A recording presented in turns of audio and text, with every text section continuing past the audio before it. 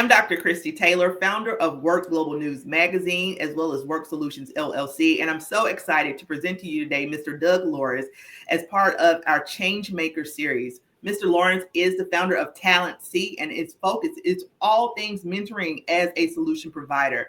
I'm going to turn it over to Doug to introduce himself, and we'll get this conversation started. Hi, Doug. Hi, and thank you very much for this great opportunity. So I'm an international certified mentor, and I have two certifications, one for the Certificate of Practice Mentor and the other for Certificate of Practice Journey Mentor. And I'm actually, not that I want to pat myself on the back, I'm the only one to hold the Journey Mentor certification. So that's, and we'll talk a bit about that a little bit later on. I am a retired Royal Canadian Mounted Police officer, having served for 25 years in the police force. And as a result of my service and the trauma and all of those things, I ended up with post-traumatic stress and had to deal with that. I also do lots of mentoring, and I work with the Sir Richard Branson Entrepreneur Program in the Caribbean to help young entrepreneurs get a good start with their business and look at some of the things. In particular, I always, when I go to establish a relationship with the young entrepreneurs, I'm always checking in to see whereabouts they are with their mental health, because that's really important. In addition to the Richard Branson Entrepreneur Program, I'm also working with American corporate partners in the United States to help military personnel transition from service to civilian life, and of course, helping them deal with the mental health challenges that they have encountered as a result of their service to the people. So really important things to think about. I have over 30 years of mentoring and leadership experience. I'm a thought leader in the mentoring space. And I've authored two books, The Gift of Mentoring, and my second book was You Are Not Alone, which was an Amazon #1 bestseller and in North America and the UK, and was also the recipient of the bronze medal in the Global Book Awards. And as a result, I'm an international best-selling author. So I think, as far as introducing, I think I've gone on long enough. Well, Doug, I mean, look, when it comes to people who have served in the military, police officers, or any of our corps, I feel like the introduction can never be too long. You have 25 years of experience with the Royal Canadian Mounted Police Force, and those things really help to shape your life and the work that you do now. And so I want to kick this discussion off. One, just letting you know, I have, of course, as a veteran myself, a great respect for those who have served and contributed to their country. I love the fact that you are not only that you're really global in your approach to mentoring and how you're supporting others. So, when we focus and talk about that 25 years that you spent in the Royal Canadian Mounted Police, what was that defining moment that led you to start TalentC and really focus on mentoring, especially with regards to mental health as it relates to your own story? So that journey would be sort of twofold. The first was the sort of the start of the TalentC journey, and that came as a result of my work with university college students. I was job coaching them and helping them, be able to figure out what they needed to do in order to secure employment in the workforce. And what would end up happening was, as time went on, I would be working with them, and then something would happen in the workplace that they didn't know how to deal with. So they'd come to me and they'd say, "Gee, Doug, this happened to me the other day. How do I go? How should I deal with it?" And that was the start of what we now know today for me was mentoring. And so they said, "We can't afford to pay you, but I'm sure somebody could. So, you need to figure out how you're going to make this work." And so I did some research, and that's when I sort of kickstarted the whole TalentC thing. And the other piece that fits into this is the certification of mentors, which didn't exist prior to me starting that particular process. So I want to talk a little bit about that. Let's talk a little bit about your certifications and the work that you do. Can you tell us, because this is my first time ever hearing of somebody, you hold 2 certifications, the Certificates of Practice, Mentor of the Certificate of Practice, and the Journey Mentor from the International Mentoring Community. Can you tell us a little bit more about those certifications? And it says here that you are the only one to hold the Certificate of Practice for Journey Mentor in the world today. What is the difference between, somebody who's certified as a mentor? What are the tenets that you're learning through this certification process?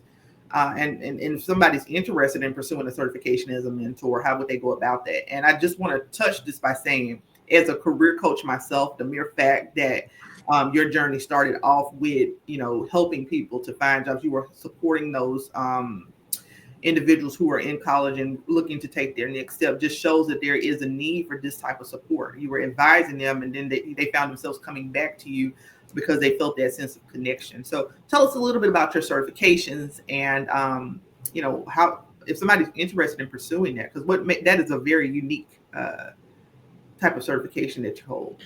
It is. And one of the things that came as a result of my research was that the certification process for mentors didn't exist. And as a result, that's why we ended up I ended up leading us down the path. My whole objective was, at the end of the day, was I wanted to create the opportunity for an independent body to oversee the certification of mentors. So you had the Certificate of Practice Mentor and Certificate of Practice Journey Mentor. The Journey Mentor one was sort of the mentor who would be your guide to take you through the certification process, but also would be somebody who could work in the mental health space. Because what I saw was that was the biggest gap that we had to deal with, was the aspect of the aspect of the mental health space, because they're the support structure. I guess the best way for me to describe it is that what I saw was there was a golden opportunity for mentors, trained mentors, to be part of the support structure for mental health. So are these certifications actually through TalentC? Are they offered through your company? They're offered through the international mentoring community, and they're nested within the ISO, the International Standards Organization. So there's 17024 deals with the certification, 9000 deals with, I think it's verification of experience. There's a number of them. My business partner was the guru when it came to the ISO stuff, and I just I went through the certification process myself and the recert, because you had to recertify every 2 years, and it is a robust, comprehensive certification process. And for me, it's what helps me with dealing with people. Going through the certification process gives me the foundation to be able to navigate the mental health space. Yeah, I really love the fact that it's ISO certified. I love the fact that you guys included that element of mental health in there. And that really takes me into our next question. You mentioned battling PTSD and how you go about mentoring people after your service in law enforcement.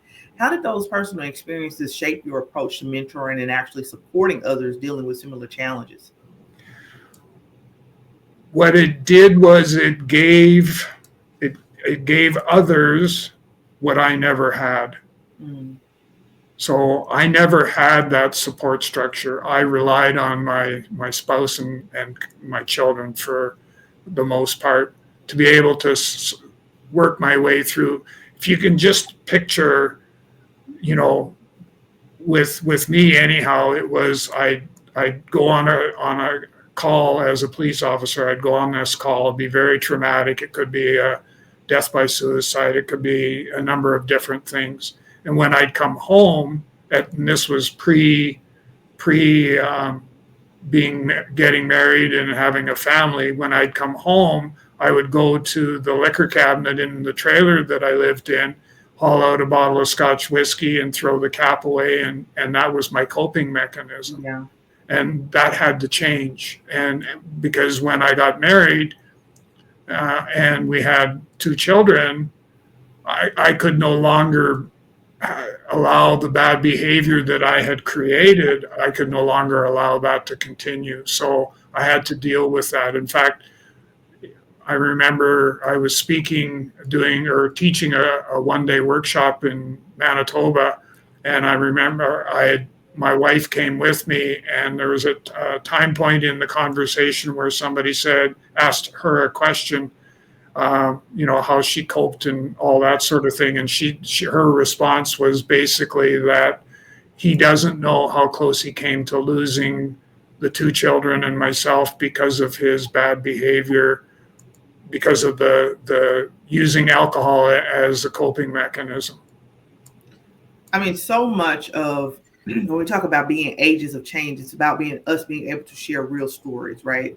Yeah. And dealing with PTSD or grief, and we're going to talk about some of your grief, your grief mentoring.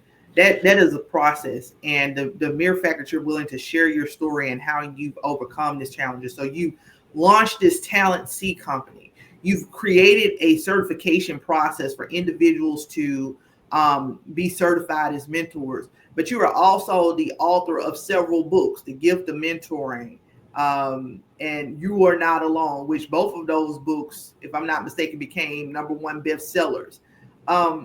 When we talk about your experiences and what you put into your writing, how has it influenced your writing? And please take a moment to tell us about your books, The Gift of Mentoring and You're Not Alone.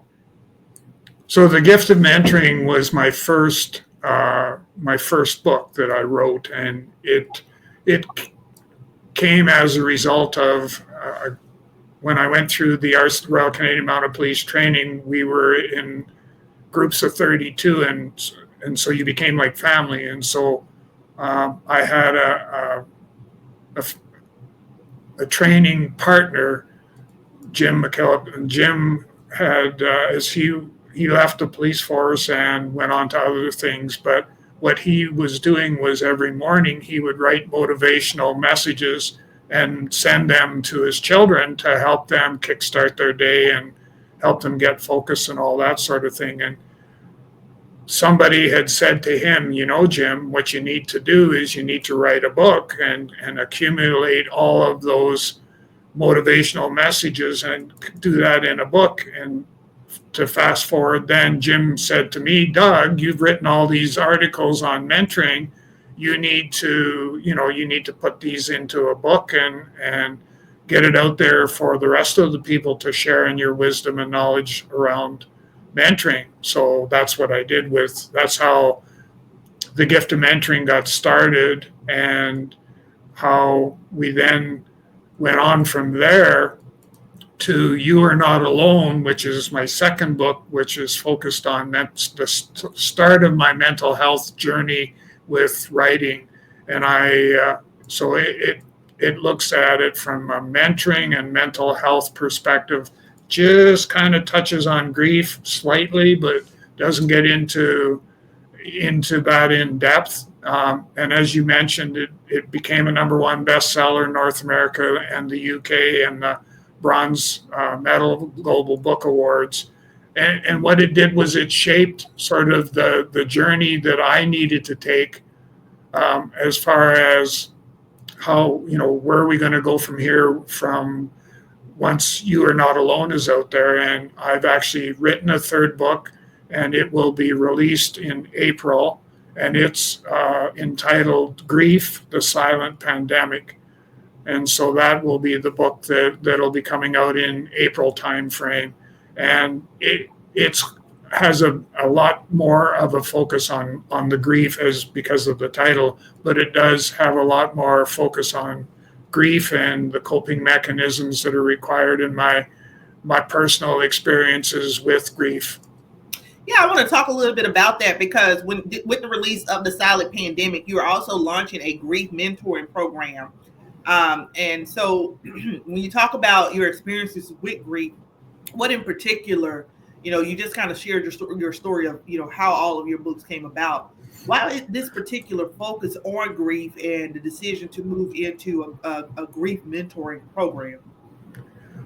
The decision to move into a grief mentoring program was it was an easy decision to have to make because of the fact that everybody has said that there is definitely a need for somebody to work or walk beside people that are dealing with their own particular grieving journey. And it's surprising how many people are in that particular position. And so we've launched, I've already launched the grief mentoring program, and the feedback I've had so far has been it's unreal that people can't wait for the next time we get together, because one of the things that is important is that with grief, keeping it bottled up inside of you doesn't do yourself any favors and can lead to other mental health issues. And so you need to feel comfortable, as I describe it. You need to feel comfortable. You need to open that door and extend your hand and say, I need help. Extend your hand and say, I need help, and then end up, working with somebody who has had similar experiences. So I have, grief experiences, but I'm also working with a number of different programs and stuff to help other people to be able to deal with their own personal grief. So there was definitely that part, and the book itself, it has a lot of my own personal stories and stuff in there. And the idea behind it is to let people know that they are not alone. They need to reach out. They need to ask for help, and help will be there for them. In listening to you, Doug, you have accumulated thousands of hours in mentoring, speaking. What I really respect about you is the fact that your mentoring program, it really encompasses even the fact that you're incorporating, like you're covering all aspects of it. You volunteered even with Richard Branson. So in your travels, in your speeches, and all of these experiences that you had, what is one story or moment from your career that really stands out as a particularly rewarding moment for you, or transformative moment for you personally? Maybe it was a reverse mentoring. Maybe, something, an experience where you learned something and you kind of were mentored in a way. That's probably a good segue to the answer. So I was working with a young lady, and we had met at a conference and made a decision that we were going to get into a mentoring relationship. She needed some guidance and stuff as far as from a leadership perspective. So that's the path that we took, and our relationship went on and continued on over, probably 1 to 2 year time frame. And she ended up getting engaged and actually getting married. And I was invited as a special guest to her wedding, because both her and her now husband both said that we could not imagine having our wedding without you being present. And it's a small way for us to show that our appreciation for what you've done for us as by being there as our mentor, because I actually started to do some work with her husband as well.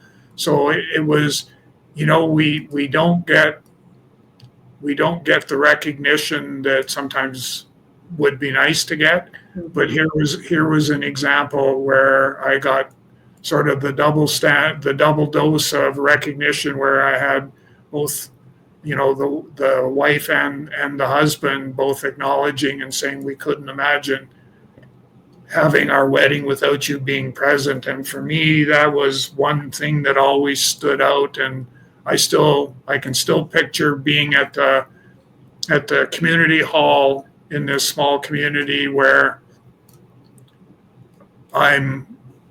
we're the three of us are standing in the middle of the community hall, and they tell me, and it was all I could do to withhold the tears from rolling down my face just because of what she had said. I think it's incredible. So much of what you just said, it resonates with me because it's incredible when it's the most simplistic thing. When people just acknowledge you for your impact on their lives, or just, just highlight that, hey, so sometimes we think that to build a connection with people who've had an impact on us, that it has to be some grand gesture. But for those of us who are out doing this work and being change makers, it's simple.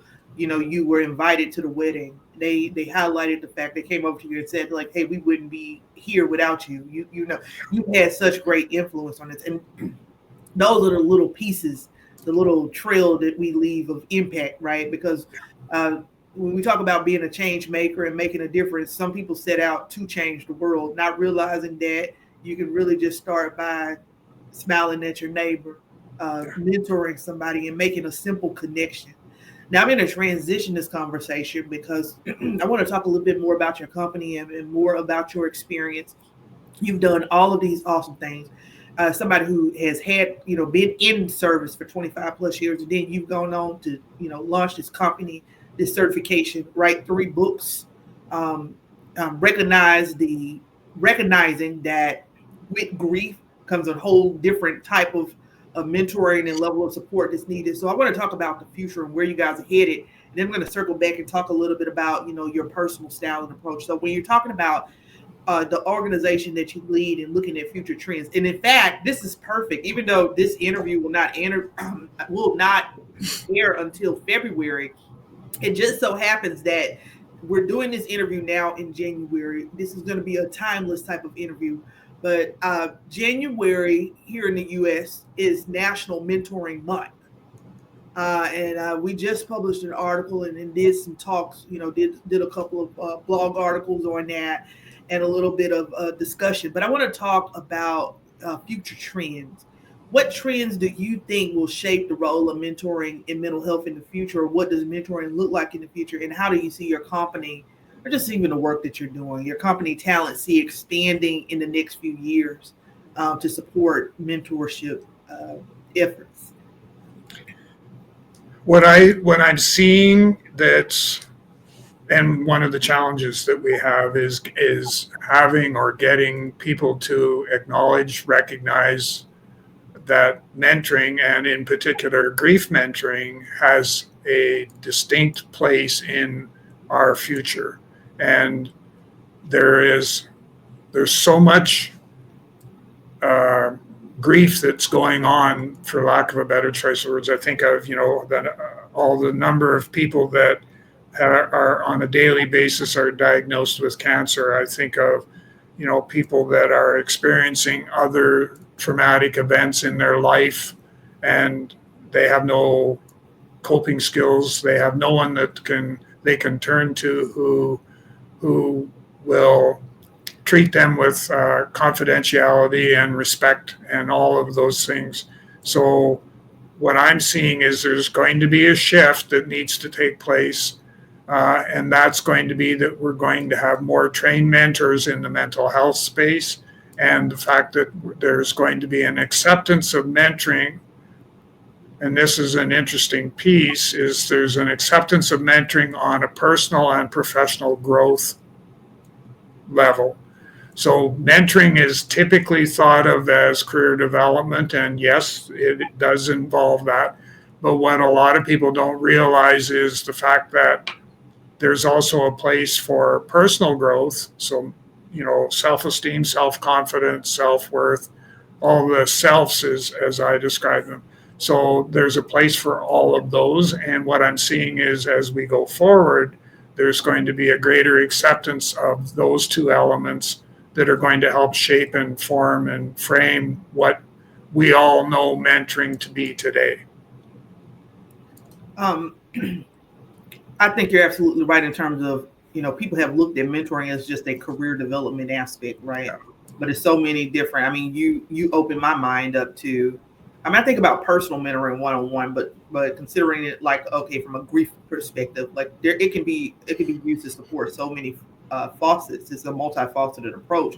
It just really depends on what that person needs. Yeah. People need these connections, right? So when you talk about this future, now I'm going to get a little bit into your own style, and so I'm going to ask you two final questions here. Now, in your long career with leadership, and you focus so much on personal growth, from a practical perspective, and I'm just, again, reading here, you practice, your bio is so long, but it's so great, right? You've accumulated 3,400 hours in mentoring, whether it's in person and virtual, 235 hours of speaking opportunities, and 672 hours on how to effectively mentor others. So with all of this experience that you have, if I am someone who's interested in becoming a mentor today, and looking at your own leadership style, particularly the use of the Socratic method or whatever your core approach is, what practical advice would you give to those who are, one, seeking to serve as mentors? What three pieces of advice would you give them? And those who would like to be mentored, what three pieces of advice would you give them? So for the mentors versus the mentees, if you're seeking to be a mentor, what advice would you give? Well, the first piece of advice is to, is to act. So, and by act, I mean make the decision to want to become a mentor and to be able to, whether you're certified or not. And I mean, that's kind of the gist of this, is that the world does in fact need more mentors. And if you're certified, that's a bonus. That's a plus. But what we need to be able to do is, there are so many places that mentoring can be part of life as we know it going forward. And I think very quickly, I think of a young person that couldn't get a job and was struggling and everything else. And when I met with them for the first time, here was an individual that presented themselves as low self-esteem, self-confidence. Can you just imagine how many people that are out there that are struggling with self-esteem, self-confidence issues? We can't count that high. And so a good mentor would know how to go about dealing with that. And part of that is using the Socratic method, where you ask and not tell. So my mentoring approach is, I ask a series of questions to guide you to an answer, versus me saying, this is what you need to do, now go forth and do it. So it's a matter of, the Socratic method has for the most part become a way of life for me, and I've seen the benefits of utilizing that technique. I've seen the benefits far more often than I've seen where it has not worked. So there's those pieces. And my leadership style is one where, the best way I could describe that is that in my RCMP days, I had a large number of staff that worked with me. And they would come to me with a problem, and I would not tell them how to fix the problem, but I would ask them a series of questions. And what I always found humorous was that they would say, we don't know how you do it, but it's like you have magic pixie dust or something when we come and sit down in your office and you ask us a series of questions and we figured out the answer, and we go, sorry for bothering you. I didn't really need to come and talk to you. And I just let it go, because what I did was I helped them unlock their creative thinking skills so that they could solve the problem on their own. I love that approach. I'm going to just circle back to, so you answered the piece on the mentor, but I'm going to, as my final question to you, I'm going to circle back to, if I'm someone who's looking to be mentored, especially those who are in the context of whether it's career development or maybe I'm dealing with PTSD or grief. If I'm seeking to be mentored, what should I really be looking for in a mentor? Certainly, if you're talking about somebody with, dealing with mental health and grief, ideally, if you can find somebody that has experience in that area, that is probably the best approach. What I typically tell people that, if you're not sure, give me a call, send me a message, do, whatever you need to reach out and say, this is what I'm trying to resolve and I need your help and guidance, and we'll certainly make that happen.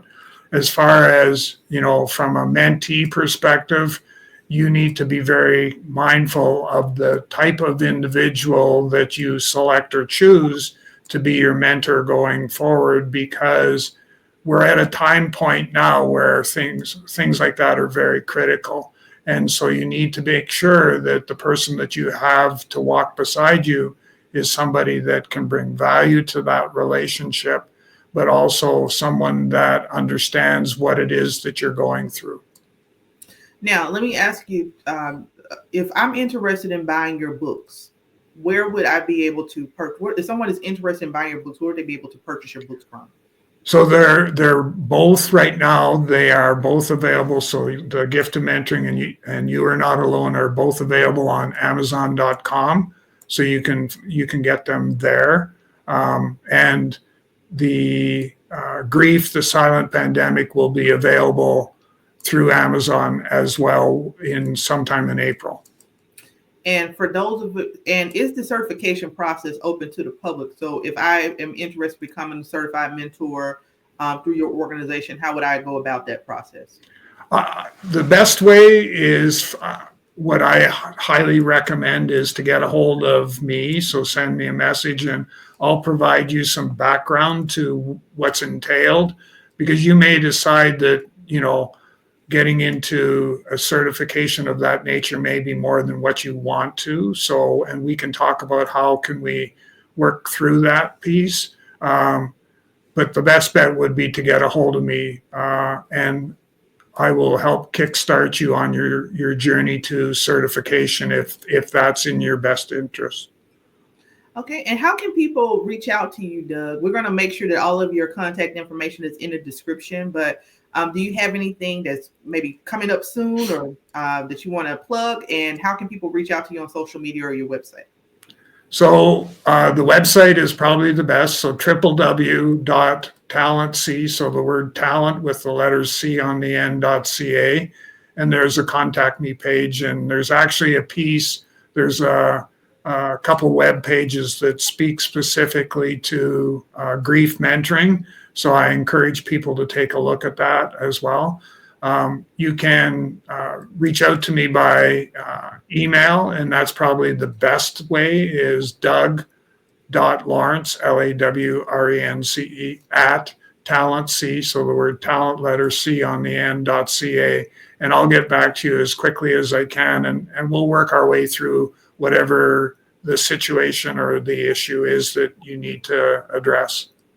All right. Any final words of wisdom before we wrap up today's interview? The one thing, and I heard this just yesterday in a session I was in, is that don't be afraid, don't be afraid to reach out and ask for help. Extend your hand and say, I need help, and there will be somebody there to help you. Fantastic. Doug, this has been a great interview. I mean, you taught us so much about, I wish I would have caught you earlier in January, because you taught us so much about mentoring and that how multifaceted mentoring actually is. It's not just based on a career or professional development. There are so many different ways that we can reach out to help people. And that's why this Changemaker series is so important. Doug is not only going to be featured on our YouTube page in this particular interview, but he will also be published in an article on WORxK Global News Magazine, where you can read more about his journey and what he has coming up next. And so, Doug, I just want to say thank you today for today's interview. It's been awesome. And if you are tuning in, check us out on WORxK Global News Magazine. You can find us across all social media at WORxK Global News. Until next time, thank you.